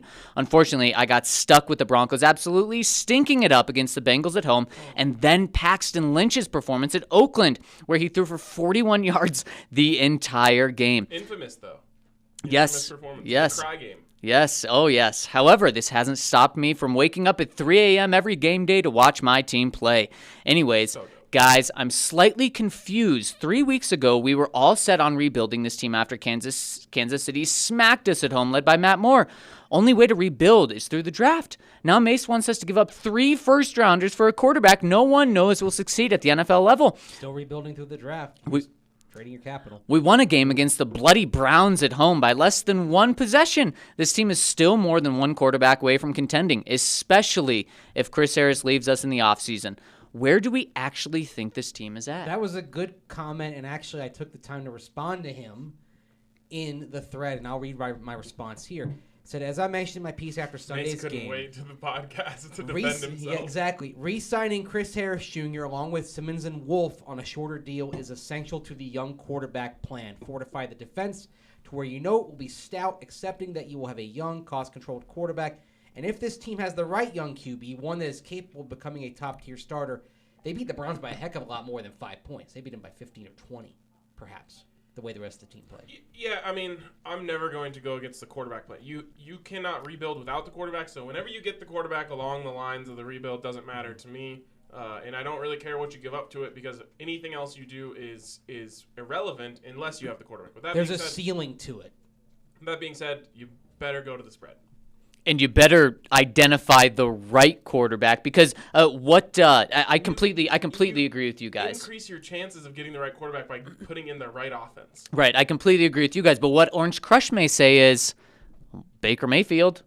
Look at him. If you traded 3 first-round picks to get him, and this is what you're stuck with, so that's just a counterpoint. Baker isn't the problem.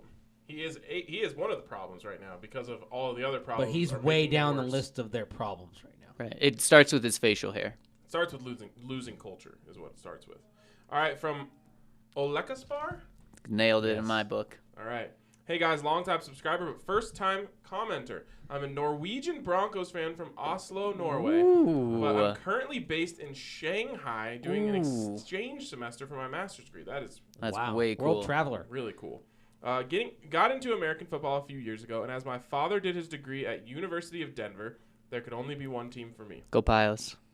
Hopefully, the days of showing up to lectures on Mondays tired and sad after pulling an all-nighter with the Broncos providing its weekly dose of disappointment will soon come to an end. Yes, I hope that for you as well. What are the chances of Denver being scheduled to play in London sometime soon? Do I need to pull for the Chargers to relocate, or is there hope for one of our regular season games to be moved? I'm also willing to die on the hill that Norway has the best tap water, especially after experiencing the water quality here in China. I am actually not surprised that Norway would have excellent tap water. You get, it's sort of like Colorado. You've got the Alps. The Alps are Central Europe. That's Norway. History lesson or geography lesson with me. It's going to go one way, right? You do have the snow building up on the mountains, coming down through all the streams and all that. I would say Norway is probably top 5 tap water globally. I would expect based on the climate. Why don't you send us some? Exactly. Right off the Alps. No, it's not the Alps. The Alps are the Norwegian Alps are one of the most famous mountain ranges in the world. I think you actually mean straight from Nepal. It just drips from Nepal or Mount. Yep. We need actually some of that. Maybe not. It may be too many. I just figure all the water comes from the Alps. It's in Europe. Alps. Anyways. Scandinavian mountains. What do we got here? What's the range called? Well, I'm looking it up right now here. Anyways, I think the chances of the Broncos playing in London are extremely high. Very high. I was nodding my head the whole time. Yeah. I would say next year there's a better than average chance of that. But here, let's say the Chargers do move to London, and obviously they keep denying that, but they denied they were moving to Los Angeles from San Diego. Total effing BS. Right. Well, then they let. And I've never felt more confident that it's probably going to happen. Then they let Leonardo DiCaprio do the talking for him on Twitter. Yes, they did. Do you see the post they put? They had the clip from Wolf of Wall Street. Yeah. They edited out the F-bombs. They didn't edit out the middle fingers. So literally, you can do it. I have a screen capture from the Chargers feed of some guy giving me the double bird. The Chargers feed has given us some gifts. Starting with P.F. Chang's. I'm not gonna lie. I didn't admit this on the pod yesterday, Mace. I thought that gif was put out about the Chargers like winning a game and they're like not done with this season yet. But no, it was about them not leaving their city. A great job. The problem is they're like an NFL team spends a lot of money on social media.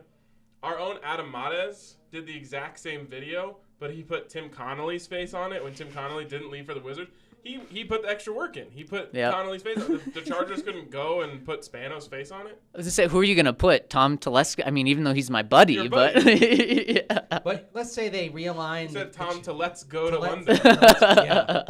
Well, if they stay in the AFC West, it's every year. If they move to another AFC division, it's at most once every 6 years or so. What's up? Let me get some live comments on here real quick. Yeah, that's just what we need, a longer So, podcast. real quick. Someone said the Broncos, if the Broncos were able to draft Louis Chenault, it'd almost make losing worth it. Then we Ooh. got Second round. Yep. petition to have a high school draft for losing college football teams. Then we got what's up, guys? RK's actually here. Then we got Damn. someone saying lager. Come on, guys, it's noon. A lager is a breakfast beer. And then we have some comments about. Is that person from Wisconsin talking about breakfast beer? That's the first place I've ever Does heard of it. Do you Breakfast. have a microphone? No, but you need to read my actual question. Can you ask the boys if they think Von Miller's vegan diet has affected his strength and production? That one's from YouTube. He didn't go full Cortland or Demarius Thomas. The He's question, real quick, was can you guys assess whether or not Von Miller's vegan diet has affected his play? he's not vegan. Yeah, he's not vegan. He's- He even said, I'm a chicken guy. Yeah. I've been a chicken guy for 9 years. He raises his own chickens. He literally eats the chickens that he's raising. I could not do that. Now, he's big on the whole like organic farming thing, and that's the setup that he's got down in Texas. But no, he's definitely not vegan. Yep. And some people say that like vegan substitutes taste like rubber. But unfortunately, Denver Rubber Company doesn't make vegan substitutes. But they do pretty much make anything else that is rubber-based. So make sure you check them out. They're a local business, and local business is in our blood here at DNVR. They've been doing it since 1972. They're doing custom die-cut gaskets, molded rubber, custom contract manufacturing, custom hoses. And now that snow is coming, they are your go-to for anything involved with snow plows, whether it's your blades or anything you need. If you're a snowplow person, you know what it is you need. They'll do it, custom fit, the best that you can imagine. So make sure you check out drcfirst.com/DNVR or call them at 1-800-259-0010. The breakfast guy was from Montana. Oh, it's Oh, Henry. talking about some breakfast brews. Surprised me. Next one coming in from the opposite way of Montana, H-Town Bronco. So I just heard from Kliss that supposedly Locke will start the last 2 games. What? Only 2 games? Facepalm. I guess it was Lockmas all along. I've completely lost Real faith quick, in Elway. Can we just stop there? Mace, you had a tweet about this, kind of clarifying it. It wasn't very, what should I say, convicted. No, it was the wording of the story that Kliss wrote. Basically implied that Brandon Allen would start up to 5 games and that he may start. It's possible that he starts up to 5 games, but it was not that strongly worded in the piece to where Brandon Allen is going to start 5 games. Basically, it's what we've been talking about. The key moments in this process, in terms of the calendar, are Week 13 and Week 16. One of those 2 is going to be Drew Lock's first start. Brandon Allen's play and Drew Lock, how he comes along in practice, will determine whether it's Week 13 or whether they push it back to Week 16. If the Broncos win one of the 2 games on this road trip and Brandon Allen plays well, Brandon Allen's going to start against the Chargers and probably up through that road trip of Houston and Kansas City in December. Simple as that. It's exactly what we've been saying here for the last couple of weeks now. Can you do an abbreviated version of that for the podcast? We lost that? Yep. A lot of technical difficulties here at DNVR. So, Okay, so you want me to yeah, just start with my response? yep. Yes. Okay. The way Mike Kliss said it, it wasn't that Brandon Allen is likely going to start the next 5 games. It said it's possible that he starts the next 5 games. And we've been saying it for the last couple of weeks now. The key moments in this process are Week 13 and Week 16 because those are the home games. Chargers and then Week 16 against the Lions. If Brandon Allen plays well and the Broncos say go 1-1 in the next 2 games, Allen's going to start against the Chargers and probably through that Houston-Kansas City road trip barring injury. If Allen struggles, Drew Lock comes along on the practice field, they'll throw him out there against the Chargers in Week 13. Simple as that. If you're watching on Periscope, you really understand Yeah. Mace's take on this. There you go. I just got a DM from our guy Tim Wenz who said I'm the breakfast beer guy, and he's actually friends with Hank's dad. So Wow. close. There we Pretty go. close to being Hank. Next one here comes in from CO Snow Monster. Ooh. Says, hey guys, I love the podcast. I am a lifetime Broncos fan and a Mizzou alumnus. After hearing Mace effortlessly rattle off Broncos history, I remembered a question that I have had for a long time.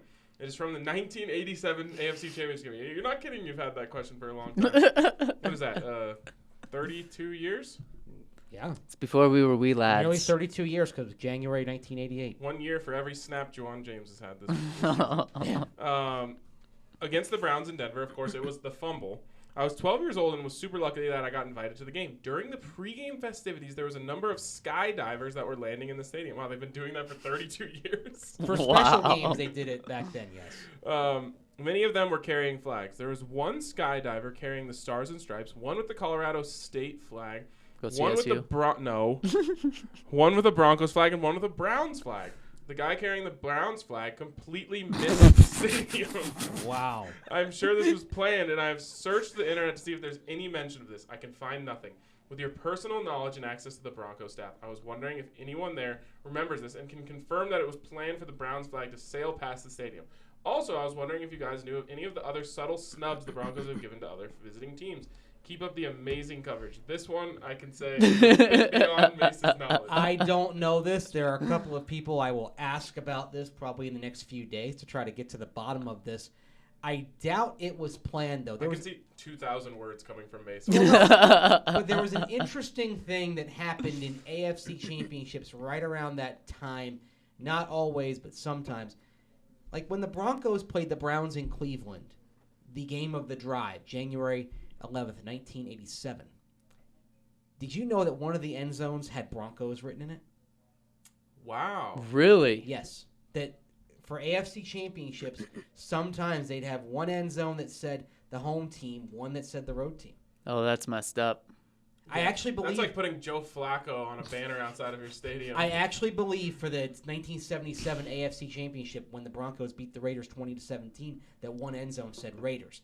Now... Oof. This stopped actually with the game of the fumble in Denver in January of '88, but there were always things that were done to kind of make the road team feel at home a little bit, give them kind of a salute for making it that far, which is why I think that the Browns skydiver, the one with the Browns flag, if he missed the stadium, I highly doubt that was intentional. That's hilarious, though. It is They weren't hilarious. quite as scientific back then. I can totally see that not being on. I just imagine him missing the stadium and like hitting the side of it and then just hanging there. Oh, Or God. hitting what used to be the Red Lion Inn, now is Right. like the Turntable Turntable Studios. Yeah, yeah. Studios, Not yes. dying in like a choking way, just like dangling there. Just kind of sitting there. Yeah. Like that guy we were talking about was the sign for 502. Right. No, that's good. That was a good question, though. That is quite Yeah. the memory, and I can't believe it's taken you 32 years to ask Mace. Yeah. Well, I wasn't. What was I doing 32 years ago? I was a kid. I was watching the Bucks. So, Same. although I did. Oh, wait. watch that I game. wasn't alive. Yes. This one from Rob. Mace, on the pod yesterday, you guys discussed the Chargers moving to London and possibly NFL teams starting up in Germany as well. Whoa. Talking about German NFL teams now? We talked. Well, I said that Yeah. one of the next places the NFL needs to play games if they add cities to their map in Europe is Germany. What about Australia? You want to? Australia would be good, but I think with Germany, remember Frankfurt and Dusseldorf and even Hamburg supported NFL Europe pretty well. Oh, right. So if you're going to go to a part of Germany, that's the part you want to go to. You don't really want to go to Berlin. You don't want to go to Munich in Bavaria. And I think that area would be next to at least get a one-off game here and there. Might as well take them everywhere. Another spot Liechtenstein. I said was Scotland. There's a good groundswell Scottish of American football supported They've got Scotland some as well. college football games in Ireland. Yes, in Dublin. Yep. Aren't they doing another one next year? Yep. Nebraska's going to be there. Oh wow. Another case of Nebraska Ooh. bringing a ton of people to a place to lose. Oh man. In my opinion, the Chargers to London move is a bad one because there are so many Americans that move there temporarily for work. They'd have the same problem there that they do in LA. And we kind of discussed this a little bit. People in England and Europe, already they have parceled their off. loyalties, Right. and they're not going to flip a switch tomorrow and support a local team in London. So, Thousands of them are listening right now. They're not just going to become Chargers fans after meeting All them right. all this time. Exactly. So it would be similar. I think that's a good point there. With the potential for teams in London, Germany, and across Europe, what do you think about NFL Europe being a feeder league to the NFL? The team names would be the same, and they could loan players like they do in soccer. Players that prove themselves in Europe could advance to the same pro team in the NFL. Chargers London to Chargers LA would be an actual minor league with NFL support. More importantly, what are your thoughts on Mike Judge and Idiocracy? We'll get to that in a moment. Real quick. But the NFL Europe thing, because it failed, and there was some support, but like you had teams, for example, there was a team in London, the London Monarchs, and then they became the England Monarchs. The first year they drew well, then it tailed off. And I have some family over in England on my mom's side, and something that a couple of people mentioned to me was that they watched NFL football in the fall on Sundays, and they knew that what they were getting wasn't quality. They knew it wasn't big league. They knew it was minor league. Like, this isn't as good as watching the Bears play the Cowboys on Sunday. That's fair. I'm down for anything involving minor leagues if it also involves relegation. That's what American sports needs. Is relegation. Promotion and relegation. How awesome would that be? This would make the back half of the season far more interesting. Exactly, and no one's tanking. No one's tanking. Exactly. Right. Takes tanking right out of the equation. Well, if the NFL ever expands by 4 teams to 36, you could have an NFL 1 and an NFL 2 and promotion and relegation up and down between the two. Wouldn't that be awesome? That would be. Of promotion and relegation in American sports. Maybe I should write about that because I actually have this written down, an entire scheme that means everyone in the second tier could still make the Super Bowl. Oh, there's a bracket. You get like it's kind of winners and losers bracket. Basically, 4 playoff spots are reserved for the top 4 teams in the second tier. Right. They got hot. Some rookies started dominating. I love it. Anyway, Mike Judge and Idiocracy. It's brilliant. Do you guys ever see it? Yes, I watched it because of our commenters. It's the second movie I've ever watched because of our commenters. It's one of those things that the idea of it is genius. The execution of it is not great. It gets uneven, but when you think about films that take a look at the future, I hate to say it, but that's the one closest. It's probably the closest to where we're going. Yep. You guys didn't sell me on seeing it right there. You need to see it for perspective. Maybe watch it like before the next election night. Okay. Well, I would actually say before the next election night, watch Bob Roberts. Don't know what that is. It's a mockumentary. Tim Robbins plays a senatorial candidate in Pennsylvania, and I think it's set in 1990. And it's one of the basically just kind of it's kind of prescient in terms of what it foretold regarding where our elections have gone. Highly recommend. Speaking of elections, really quick, sports betting will now be legal in Colorado. And that's like a whole off-season podcast, probably. Oh yeah. But oh yeah. I think for our little company, that gives us some opportunities if we mine them correctly. Oh, we will. Do we ever mine anything incorrectly? All right, next one's from Nick Cox. We're going to skip that one. Whoa! Hey now. Then the next one comes in from Sir James Radio. He says, it's a bye week. Let's have some fun. Name one current and one former Bronco player that would best transition into other Denver sports franchises. And we actually debated this on the Denver Sports Podcast yesterday. Mm-hmm. I took Nikola Jokic to be the quarterback of the Broncos. Because of the cross-court throw? I mean, everything. Like, I'm 100% convinced this would actually work. But you got to run the spread. Wait, Todd Helton was an actual quarterback behind Peyton Manning at Tennessee. No lefties. Oh, come on. Nikola stands. Actually, you have him go a little further back so he has a little more time. And he can throw the ball super far, and he can see really far. So he goes in like a 7-yard shotgun and just sits back there and just diagnoses and just flips the ball wherever he wants. Are we counting players that were in the minor league systems of the teams? You could do it. You cannot take Russell Wilson. Damn it! That was specifically said. You can have Kyle Parker if you want him. I'd rather Seth have Todd Smith. Helton. Todd Helton. I'd rather have Todd Helton. Because I figure he'd be around Peyton, he'd get some tips, and he'd be all right. Fair enough. You guys got any other candidates? Well, FC Denver, I like, by the way. That'd be a better name than I think the Colorado Rapids. Kind of like the Rapids as a name. Nah, it doesn't work. The Pids, for short? The Pids? That's what terrible. they're called. I know, and it's terrible. Too close to I like Pitts. FC Denver, FC Colorado, something like that. Champ Bailey is probably the best athlete that I've covered with the Broncos. And how does he translate? I'm just saying if he started playing soccer when he was 10 or 11 years old rather than football, his natural athleticism, I think he would have been a world-class soccer player. Think about Nikola Jokic headering the ball. And I just want Nikola playing every sport. What about Trevor Story? I'm worried about Jokic's Middle linebacker. fitness. I was thinking even wide receiver.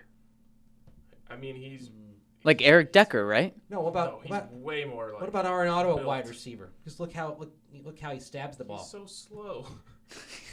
His foot speed. His acceleration. He would need no separation to make a catch. He could just pluck it. Yeah, someone said Arenado for goalie, which actually that got me excited. That makes a lot of sense. Yeah. But a good question. We actually, if you want to hear more discussion about that, go listen to yesterday's The Denver Sports Podcast. Ali? Can you give a quick shout out to Anthony and Joseph on YouTube who've watched the entire time? And Anthony was the one who asked the vegan question. Joseph asks, do you think the Broncos will add a wide receiver in free agency or a pick in the first 3 rounds of this year's draft? So shout out to Anthony and Joseph, who either don't have jobs or don't like their jobs, who have tuned into the whole entire stream on YouTube. We love you, Anthony and Joseph. Man, thank you. The one question was, do you think the Broncos will target wide receiver in free agency or the draft? And they have no choice. We went over it in the first segment. They only have one wide receiver. Yeah. The whole team right now. Yeah, I would say the draft's day 2, somewhere day 2. I wouldn't be surprised if you again got them to trade back into the first round at the Sure. end of it to Sure. get another wide receiver. Yep. What have you done on the offensive line at that point, though? Who knows? Next one's until you've addressed O-line, I think it's a luxury item, in my opinion. from Bumby Buffalo. Zach wants TB12 and Mace wants Breeze. Who wants Tebow? Nobody. I guess it only leaves me. Ryan. I want Tebow. It'd be more entertaining than anything we've seen this Give me Tim Tebow at any point. I would happily accept him. Oh, my gosh. Next one coming in from Onion Booty Bronco. Hey, guys, it's Booty. Oh, no, this is Mace. Mace gets Onion Booty Bronco and Count Locula now. Because apparently Onion Booty is capable of some wordplay of his own. Oh, I read that comment yesterday. Yep. Stuff. Yeah, it was bootylicious. Debut, by the way. By Onion. Miss you, Colin Booty. Collins. Hey guys, it's Booty. I'm fresh off the jury of a fantasy football impeachment trial where our commissioner was found guilty of capital negligence, invasion of privacy, and treason. Not only had Commissioner Dubell failed to select the draft order and supply even one power ranking this year, he published a slew of private trade negotiations in a deplorable act of anarchy coined Doobie Leaks. And here's the kicker. A separate league for which he is commissioner has also put him on trial for the same gross indecencies. With his mother in our league, shout out Team Gorski, one would think her wayward son would govern with at least some semblance of decorum. SMH. His saving grace, however, is a draft day poem he wrote in August, which is really quite lovely, and he does host the awards gala in a tuxedo and with the applause of Michael Scott. Shout out to the Dundies. Yes. So my unrelated but dire non-Broncos question is this. What in the world do we do with this man? Send him to the gallows and give him a second chance at commish? Send him. I know what Ryan would say. To the sun. How about the stocks? I like this. I'm a fan of the stocks. Put them out there, have a little public embarrassment. Tarred and feathered. Wow, that's rough. During that comment, I thought this Breck Brew was like a 20% beer. This is where this was going. I feel like you should have to pay for what just happened on camera. I think he's going to clip this and send it to his fantasy league. He's like, look, I got right.